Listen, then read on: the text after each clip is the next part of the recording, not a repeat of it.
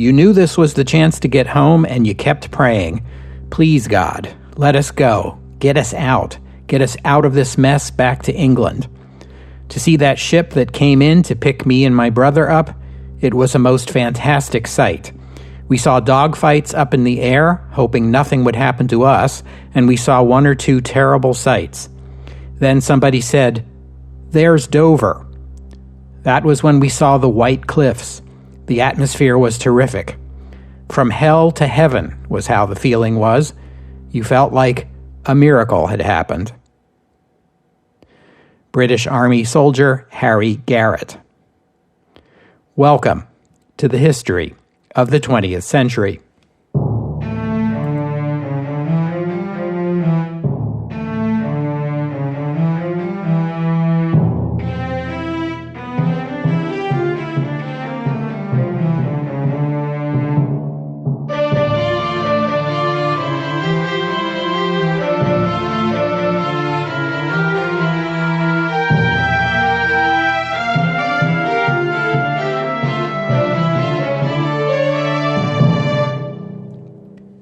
Episode 322, Operation Dynamo.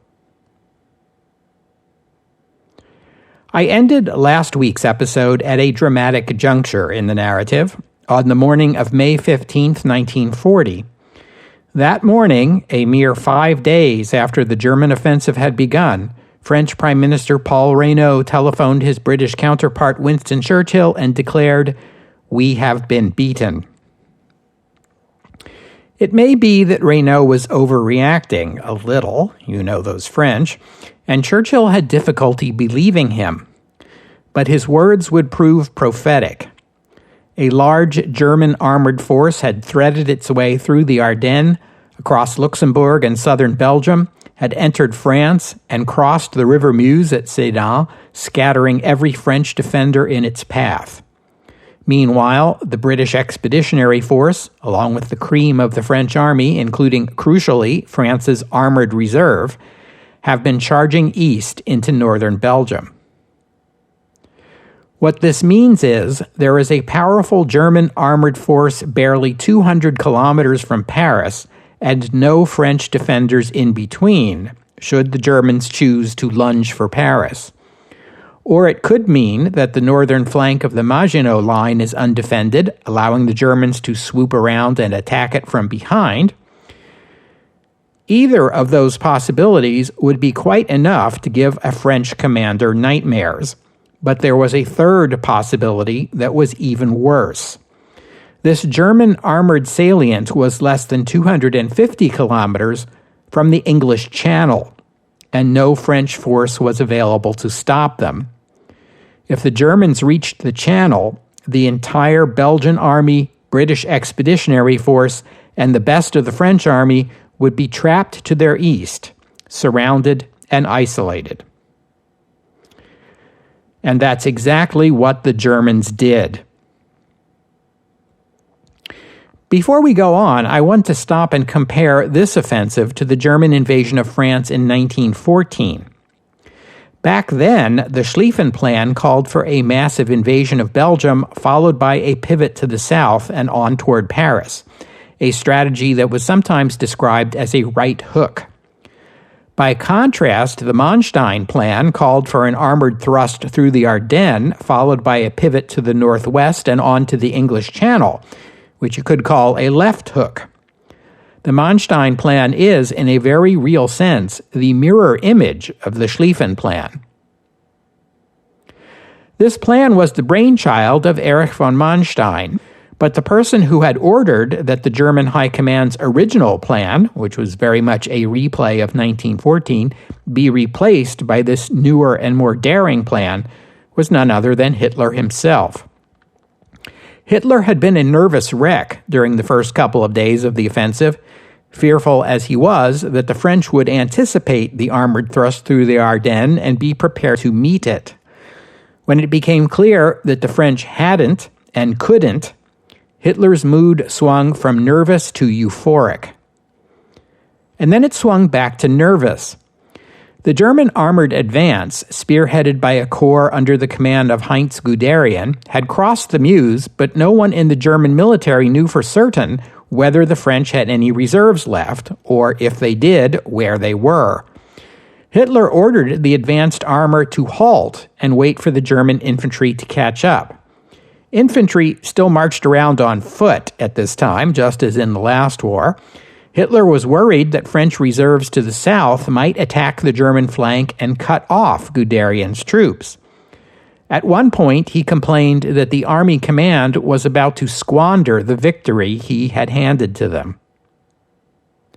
But the man on the scene, Heinz Guderian, felt otherwise. He could see with his own eyes how sparse and uncoordinated the French defense was, and he knew, or sensed, that he and his armored column had taken the enemy entirely by surprise. The few French troops the German panzers encountered were so confused and demoralized by the sight of German tanks that they surrendered without offering resistance. It was all the panzer crews could do to confiscate French weapons and order the soldiers to sit by the side of the road and wait until German infantry units arrived to take them into custody. "We don't have time to take you prisoner," the Germans taunted the French. The Germans sometimes killed groups of French or British prisoners, and sometimes civilians, but they saved their worst treatment for the French colonial soldiers from Senegal, who offended the Germans by fighting as well as any European soldier.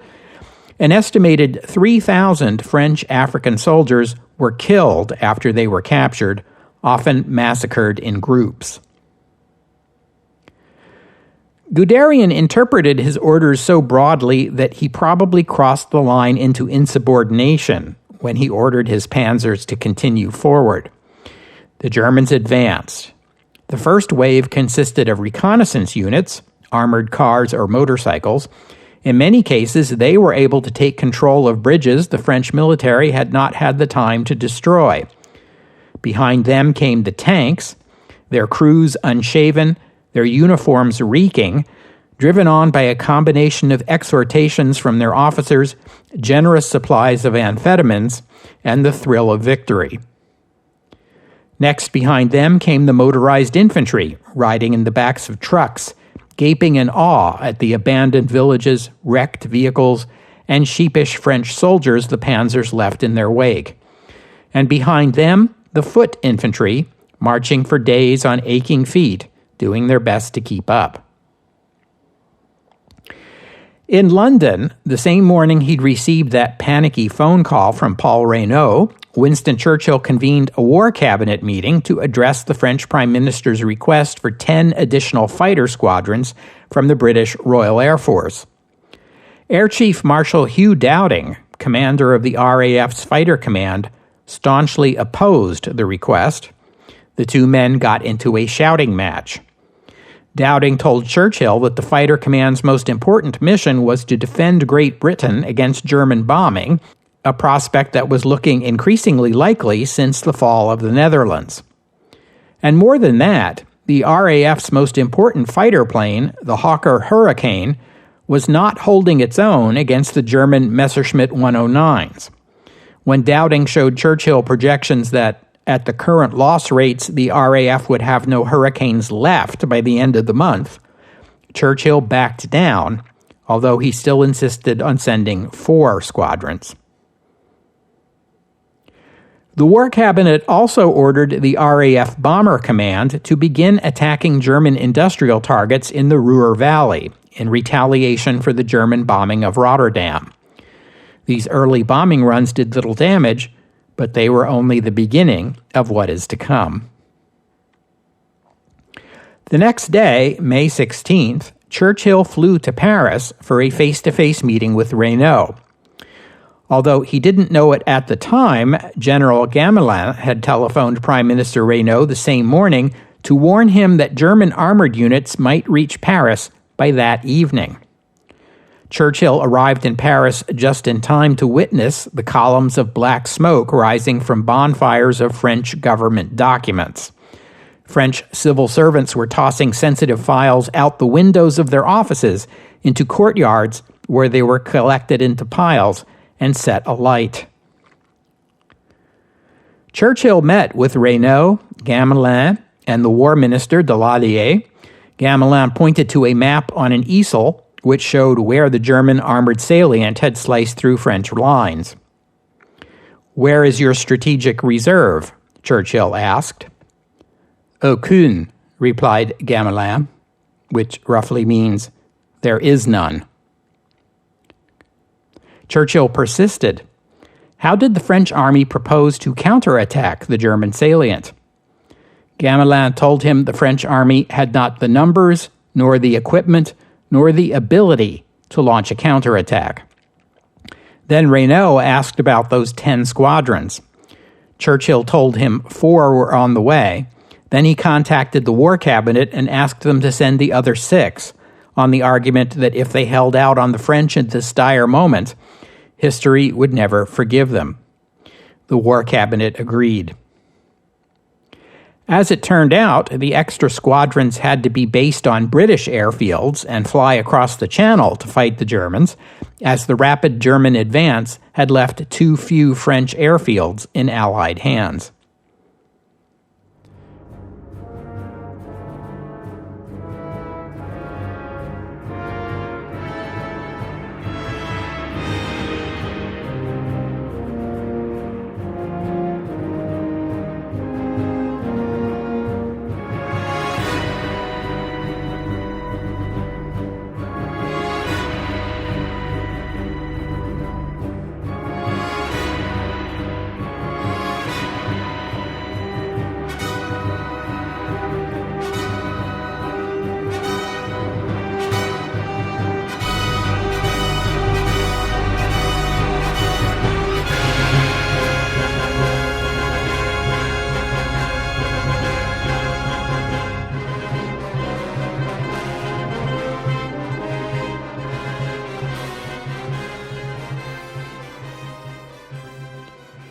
The best Allied fighting formations were in Belgium. These were designated the First Army Group and included the Belgian Army, the British Expeditionary Force, and the French 1st and 7th Armies, overall commanded by the French general Gaston Biot. And they had more or less held the line, but the German breakthrough on their right flank left them impossibly vulnerable. And so, from the 16th through the 19th of May, the Allies began a staged withdrawal to the west, falling back each day from one river to the next. Brussels fell to the Germans on the 17th, Antwerp on the 19th. Belgian commanders were bitter. Their allies seemed to be abandoning their country to the enemy. On the German side of the line, armored formations in Belgium were being reassigned to the south to assist Guderian's advance into France, leaving only German infantry in Belgium. Not that that mattered, the Allies were retreating. The First Army Group was holding together, but in the French rear, the army was dissolving into panic. The Germans seemed to be everywhere and flattening anyone who got in their way. French units in transit to their deployment points found themselves blocked by German tanks. Encamped French soldiers went to sleep in the evening and woke up to discover they had been captured overnight.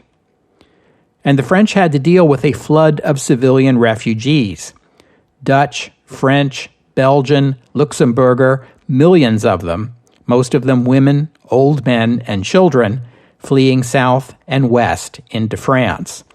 The wealthiest of them came first in automobiles, later some on bicycles or on foot, hungry, thirsty, and exhausted, carting along what meager possessions they could. The sight of these bedraggled refugees further eroded morale among the French. Soldiers began to panic and desert, which led to orders to shoot anyone who tried to flee. It was unimaginable that the largest army in Europe could be beaten by the same foe they had contained and defeated in the last war.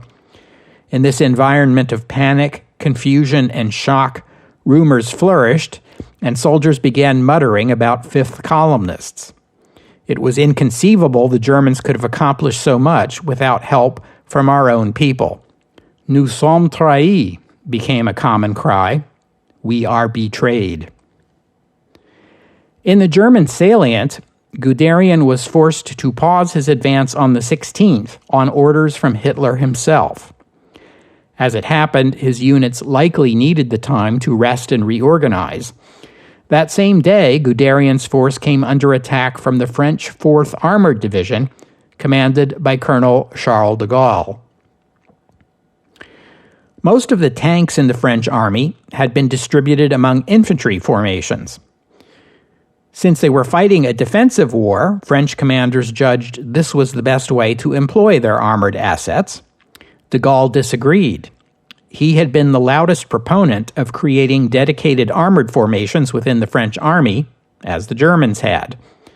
For this, he made many enemies among the older French generals and earned himself the nickname Colonel Motors. Now he would get the chance to test his theories. De Gaulle's counterattack caught the Germans by surprise and nearly overran the headquarters of the German 1st Panzer Division. But the Germans reacted quickly, bringing in tank reinforcements and Stuka dive bombers. De Gaulle's force, which had no anti-aircraft guns, took heavy losses and had to withdraw. On May 17th, Prime Minister Reynaud had had enough of General Gamelin. He sent a message to General Maxime Weygand in Syria, recalling him to France immediately to take over command of the army. Weygand had been a staff officer under Marshal Foch in 1918, and Reynaud was hoping his expertise and his reputation could help salvage the French army. By the 19th, Guderian's forces were on the move again. His panzers followed the river Somme downstream, past Amiens and to the town of Abbeville on the Channel coast, completing the isolation of the Allied 1st Army Group, which was now trapped in a pocket along the French-Belgian border. The Allies gave consideration to supplying this pocket by sea.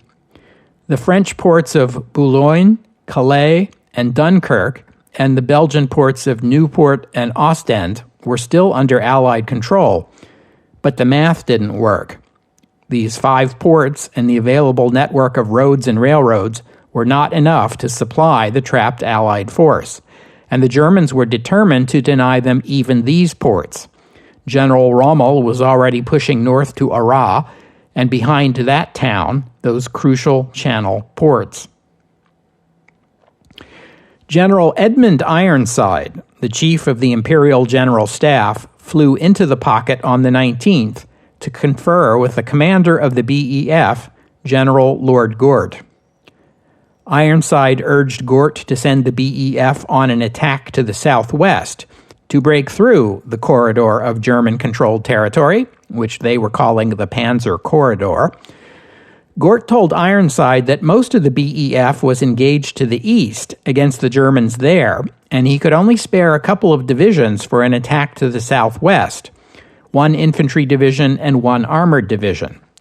These were already on their way to Arras to block Rommel's Panzer Division. Gort pointed out that he was under the command of the leader of the 1st Army Group, General Biot. In fact, Biot seemed to be having some kind of breakdown and was not issuing any orders to anyone. Gort warned Ironside that Britain should begin preparing for a German invasion. Ironside returned to London with this dark assessment. Churchill instructed the Admiralty to begin investigating means of evacuating the BEF from the pocket. This plan would be codenamed Operation Dynamo. The RAF Fighter Command, which had lost more than a quarter of its total inventory of aircraft, withdrew its remaining fighters from France, much to the dismay and bitterness of the French. General Gamelin ordered Allied forces inside the pocket to attack to the south, and French forces on the other side of the corridor to attack north in the hope of cutting the Panzer Corridor in two. This attack to begin tomorrow, May 20th. It was the right order, but it came at the wrong time. On the evening of the 19th, Prime Minister Reynaud relieved General Gamelin as part of his government shakeup. Former Prime Minister and current War Minister Daladier, Gamelin's biggest defender in the French cabinet, was out. Reynaud would take over the War Ministry himself. General Weygand would replace Gamelin. Weygand, who had just flown in from Syria to assume command and was fatigued, announced that his first decision as commander of the French army was to go to bed. But he also rescinded the orders of his predecessor until he had time to review the situation. This meant that Gamelin's order to try to break through the Panzer Corridor would never be executed. The appointment of Weygand, a hero from the First War, was meant to bolster French morale. And if one war hero is good, two are better, right? Reynaud had also recalled Philippe Pétain from his post as French ambassador in Madrid. Pétain, the Lion of Verdun, one of the most celebrated French commanders of the Great War, now 84 years old, would become deputy prime minister. This will have consequences. The British armored attack came on May 21st, and it is known to history as the Battle of Arras. Initially, the British surprised Rommel's units with their heavy Matilda tanks, so thickly armored that German anti-tank shells were ineffective. The Germans panicked and almost collapsed, but were saved again by the personal intervention of Erwin Rommel at the front line. At great personal risk, Rommel ordered additional anti-tank and anti-aircraft guns forward to take on the British and was able to hold the line. Promised French assistance never came. Even so, the British counterattack worried the German high command. Again, the panzers were ordered to halt, much to the dismay of panzer commanders on the scene who were eager to advance while the Allies were in confusion.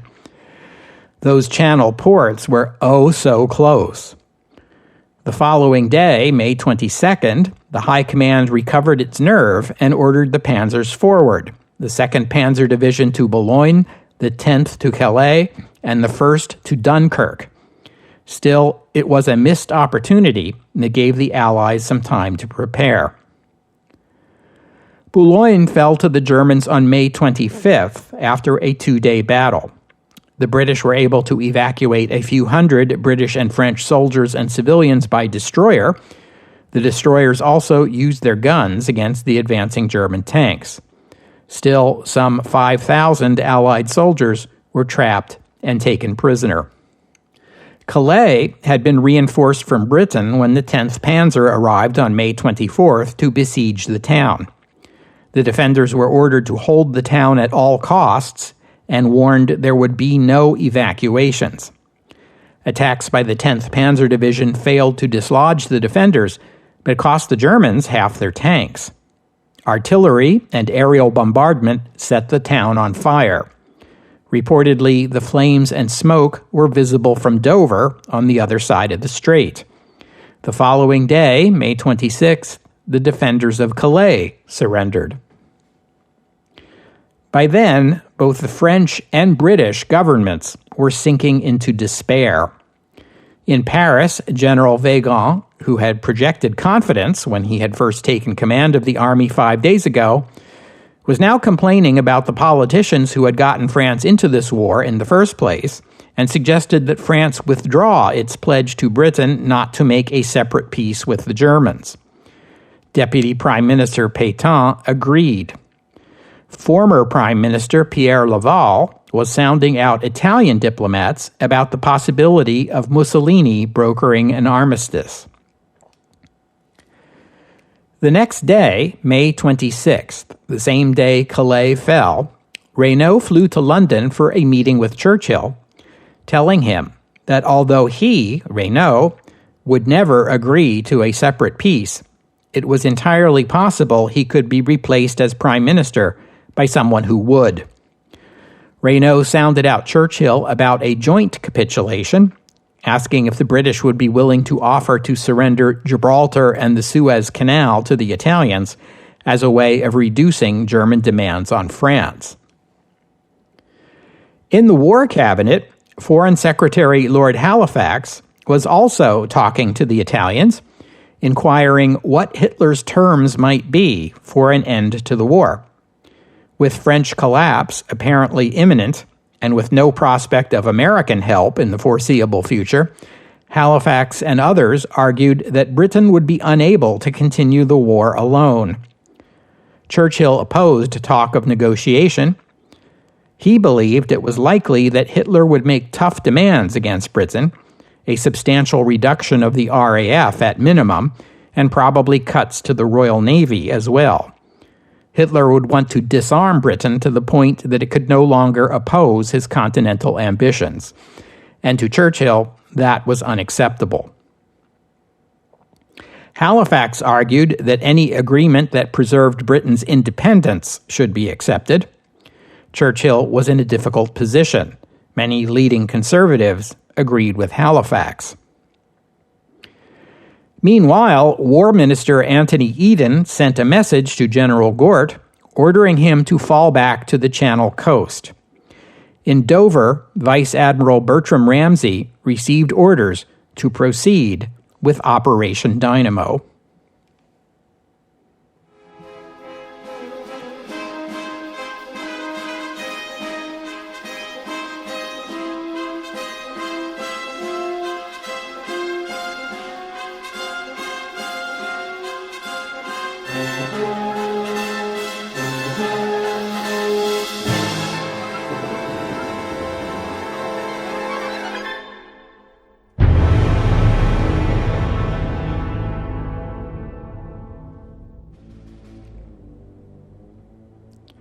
On the evening of May 23rd, as German soldiers were besieging Boulogne and Calais, the German Army High Command, the OKH, got cold feet once again and ordered the troops advancing on Dunkirk to halt.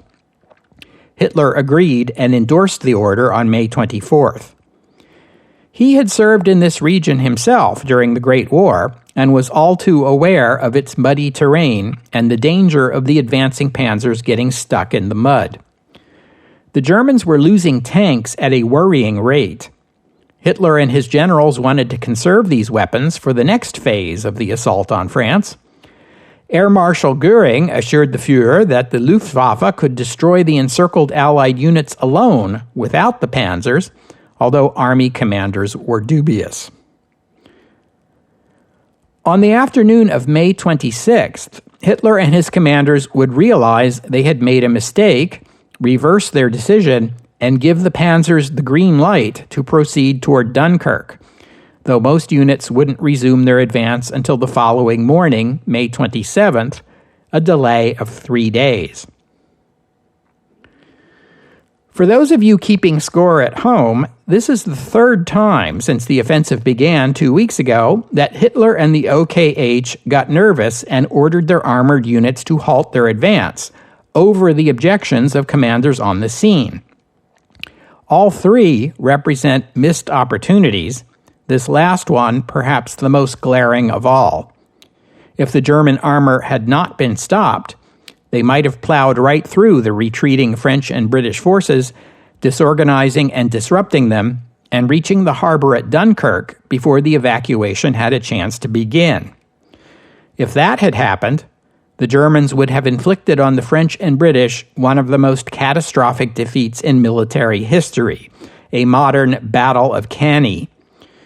But they did stop, giving the Allied force 3 days to catch their breaths and organize their defenses. So instead of a catastrophic defeat, the situation at Dunkirk became, well, give me a couple more minutes and I will tell you what it became. In the pocket, General Gort put the grace period the Germans gave him to good use, setting up a defensive perimeter around Dunkirk, while the rest of the BEF withdrew and prepared for evacuation. Gort was unpleasantly surprised to learn that no one in London had thought to notify the French that the BEF was withdrawing, and that the French had no plans to do likewise. French commanders were outraged that in their most desperate hour, their ally planned to cut and run. On the defensive line, British soldiers did whatever they could to delay the German advance. One unit, the 2nd Royal Norfolk Regiment, ran out of anti-tank shells and resorted to sending soldiers out into the battlefield to chuck grenades into the treads of German panzers. The Germans took out their frustrations on 100 members of the unit who were captured by shooting them. Germans likewise were shooting Belgian civilians after making spurious claims that civilians were shooting at them, just like the last war.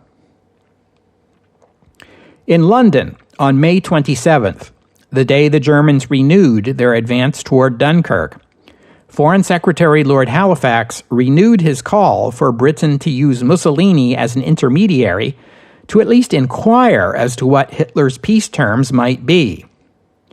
In this meeting, and in another one the next day, Churchill argued that even if Britain lost the war, the terms imposed by the Germans would likely be no worse, and that once the British so much as agreed to begin negotiations, all resolve to continue the war would be lost.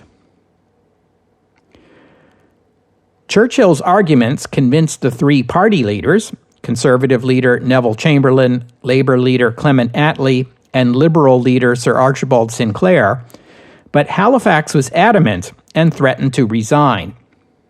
But later on the 28th, Churchill called a meeting of the full cabinet and asked their view on opening peace talks with Germany.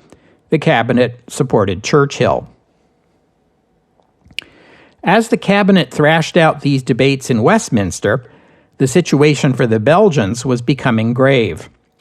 British units had been stripped from the eastern side of the pocket, first to try to cut through the Panzer Corridor and then to defend Dunkirk. As a result, the Belgians had been left to hold the line on their own. By May 27th, the Belgian line was collapsing. The Belgian government controlled less than 10% of its country, a region packed with 3 million people, including refugees, and not enough food to feed them. The Belgian army was running out of ammunition, and their allies were running away. The Belgian king, Leopold III, wanted to capitulate to the Germans. But the Belgian cabinet pointed out that decision was one for the cabinet, not the king. They planned to flee the country for France and continue the war there, and urged Leopold to come along with them. The king stated his desire to remain with the army. As commander-in-chief of the Belgian army, he might not have the power to surrender the nation, but he did have the power to surrender the army, and he decided to exercise it. At 4 a.m. the following morning, May 28th, the Belgian army surrendered. The cabinet would flee to France and later to Britain and continue to represent the Belgian nation, while the king would remain in Belgium, although he also refused to cooperate with the Germans in establishing a new Belgian government. For now, he will remain a prisoner in his own palace. British newspapers called King Leopold a traitor. So did French Prime Minister Reynaud.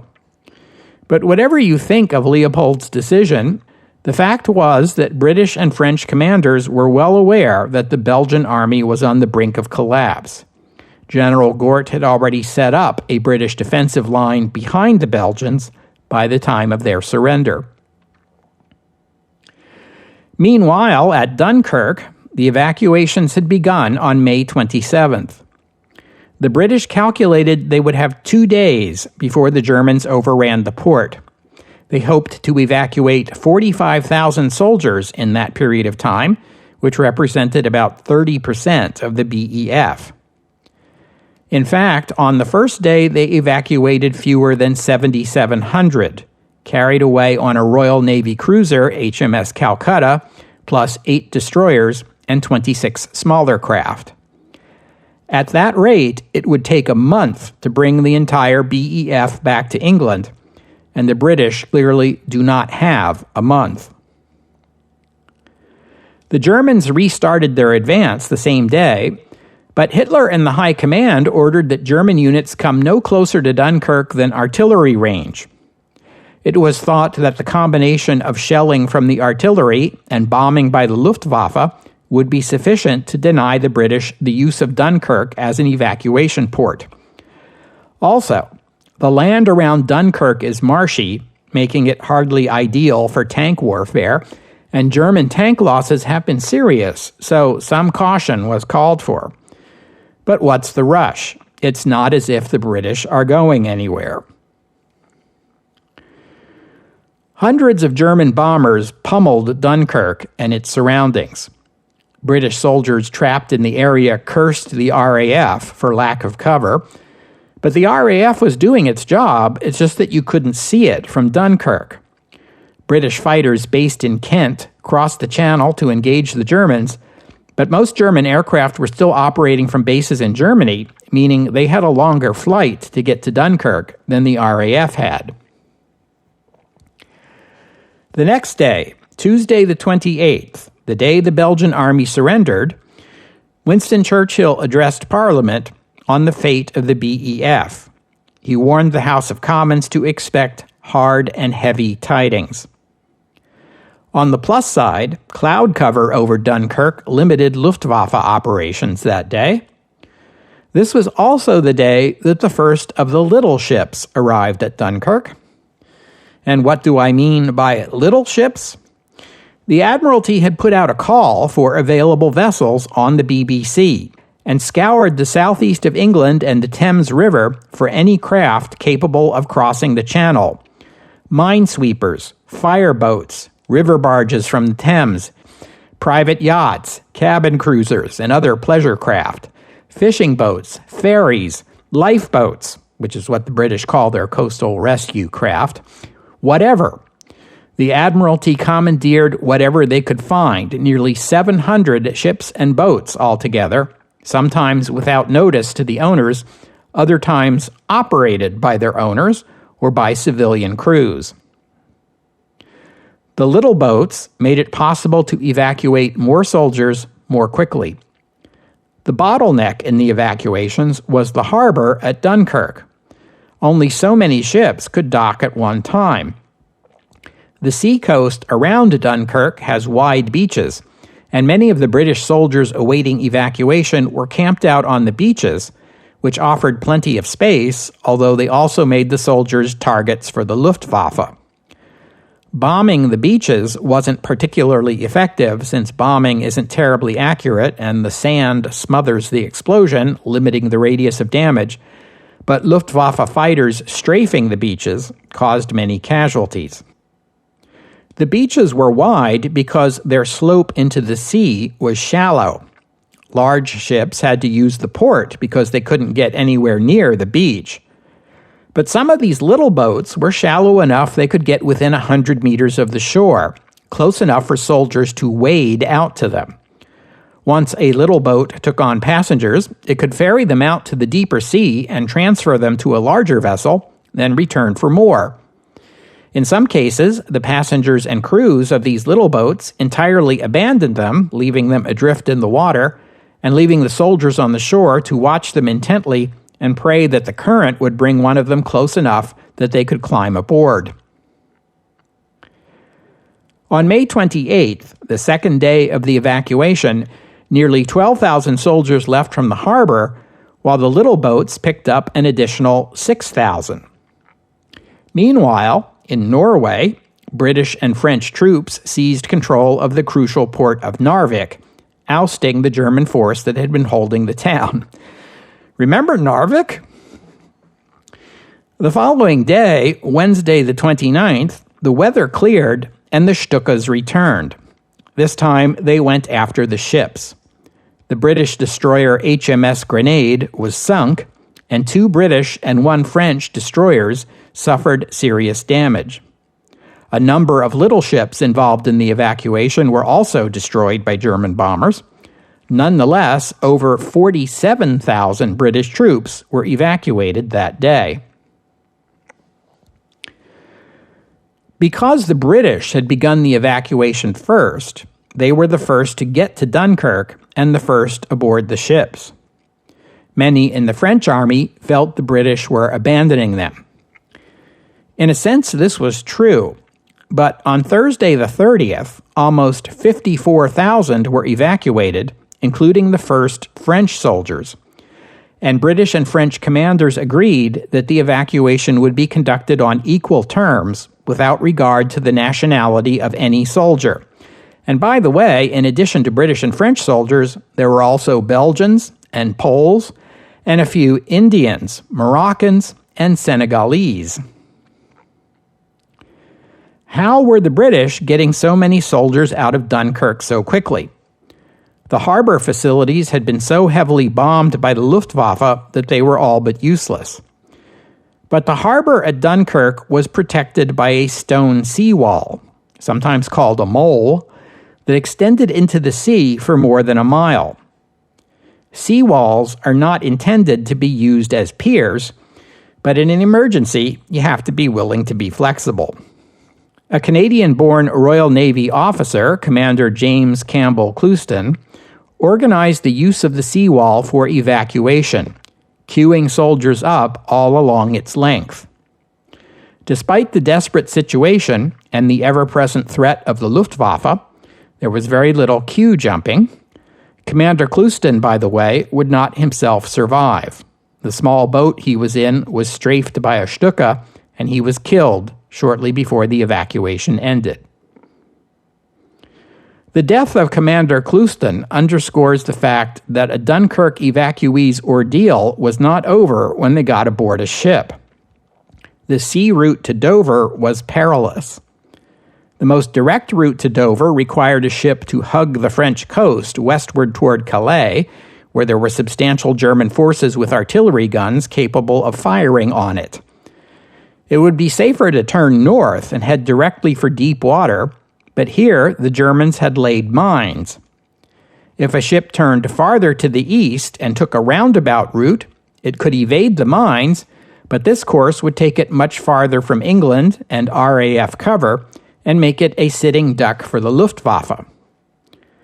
You can begin to understand the feeling Harry Garrett described on seeing the white cliffs of Dover in the quote I read to you at the top of the episode. Friday the 31st was the peak of the evacuation. Over 68,000 were rescued, including the commander of the BEF, General Lord Gort.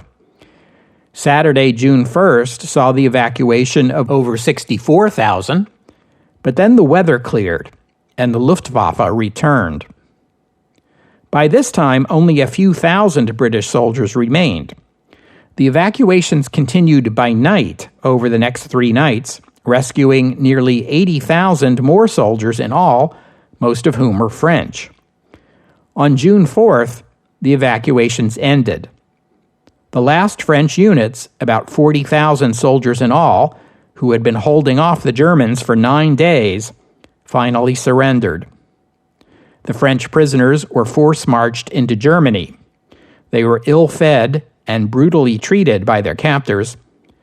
French civilians left buckets of water along the roads for the prisoners to drink. The prisoners reported that many of these buckets were dumped out by their German guards. The projections had suggested 45,000 might be evacuated.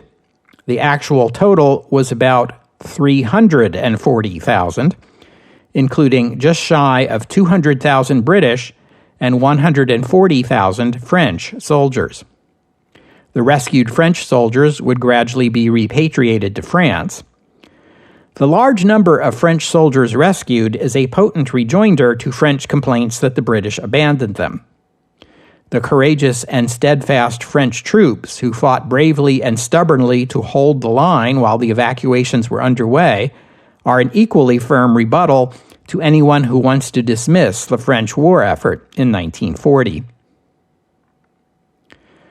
Most of the British Expeditionary Force was rescued, but at the cost of leaving behind virtually all of their weapons, equipment, and supplies, including tanks and other vehicles, arms and ammunition, fuel and food. 9 British and French destroyers were sunk, and many more damaged. Over 200 of the 700 little ships that participated were lost.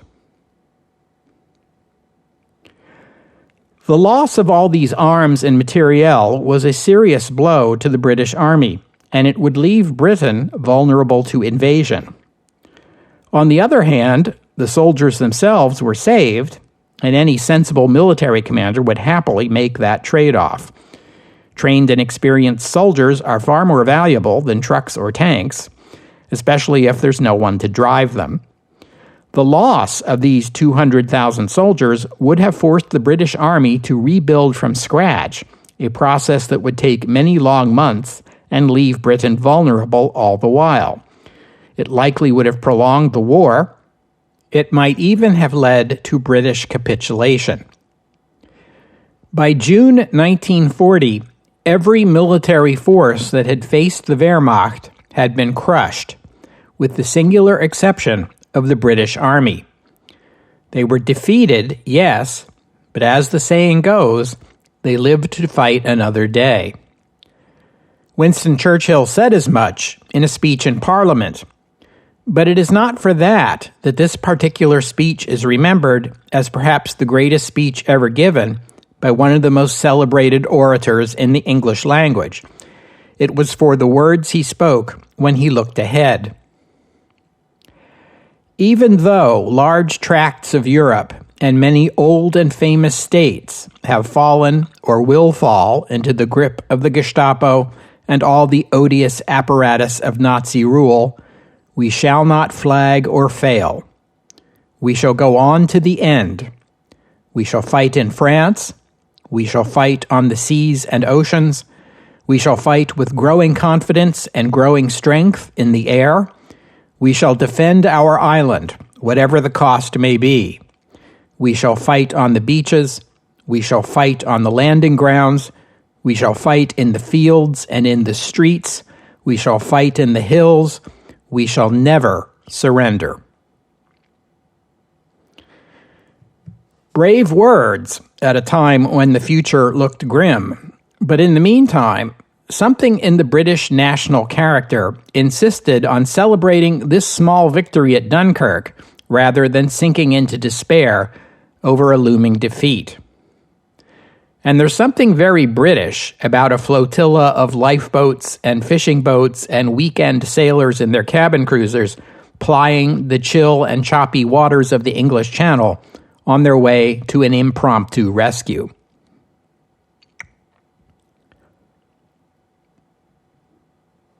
Once it had become clear that stopping the German advance on Dunkirk had been a critical mistake, Adolf Hitler began to claim that the pause in the offensive was a deliberate act of generosity toward the British, although there's no evidence this is true. It was more likely caution, not generosity, that lay behind the pause. That, and maybe also a misplaced faith in Göring's Luftwaffe. Still, Hitler would make this claim, then berate the British for biting the hand that saved them, so to speak. And even as the British were celebrating the successful evacuation, in Germany, the news of the fall of Dunkirk was likewise celebrated as a military success. With his characteristic modesty, Adolf Hitler labeled it the greatest battle in the history of the world. We'll have to stop there for today. I thank you for listening, and I'd especially like to thank Emily and Douglas for their kind donations, and thank you to Philip for becoming a patron of the podcast. Donors and patrons like Emily and Douglas and Philip help cover the costs of making this show, which in turn keeps the podcast available free for everyone. So my thanks to them, and to all of you who have pitched in and helped out. If you'd like to become a patron or make a donation, just visit the website historyofthe20thcentury.com and click on the PayPal or Patreon buttons. The podcast website also contains notes about the music used on the podcast. Sometimes it's my own work, sometimes it's licensed, but many times the music you hear here is free and downloadable. If you hear a piece of music on the podcast and you would like to know more about it, including the composer, the performers, and a link to where you can download it, that would be the place to go. While you're there, you can leave a comment and let me know what you thought about today's show. Next week is a bye week for the podcast, but I hope you'll join me in 2 weeks' time here on the History of the 20th Century as we finish the story of the Western Offensive. The only force left between the Germans and Paris now are the second-string, poorly armed, demoralized remnants of the French army. Plan Red in 2 weeks' time here on the History of the 20th Century. Oh, and one more thing. The rescue of the BEF represented, at best, the partial mitigation of a devastating defeat. Even Winston Churchill warned that wars are not won by evacuations. But still, the British public took pride in it. People in Britain soon began to speak of the Dunkirk spirit, by which they meant courage in the face of adversity, resilience in the face of setbacks. The Dunkirk spirit was already a national characteristic of the British people, even before Operation Dynamo gave it a name. And though it was not a victory, the story of Dunkirk has become an important part of the British national identity. You could compare it to what the Battle of Kosovo means for the Serbs, or what the Divine Wind means to the Japanese, or what the privations of the winter encampment at Valley Forge means for Americans. There are worse ideas you could build your national identity around, and if you don't believe me, just take a good look at the Nazis. The phrase Dunkirk spirit, like the spirit itself, is alive and well, even in our time.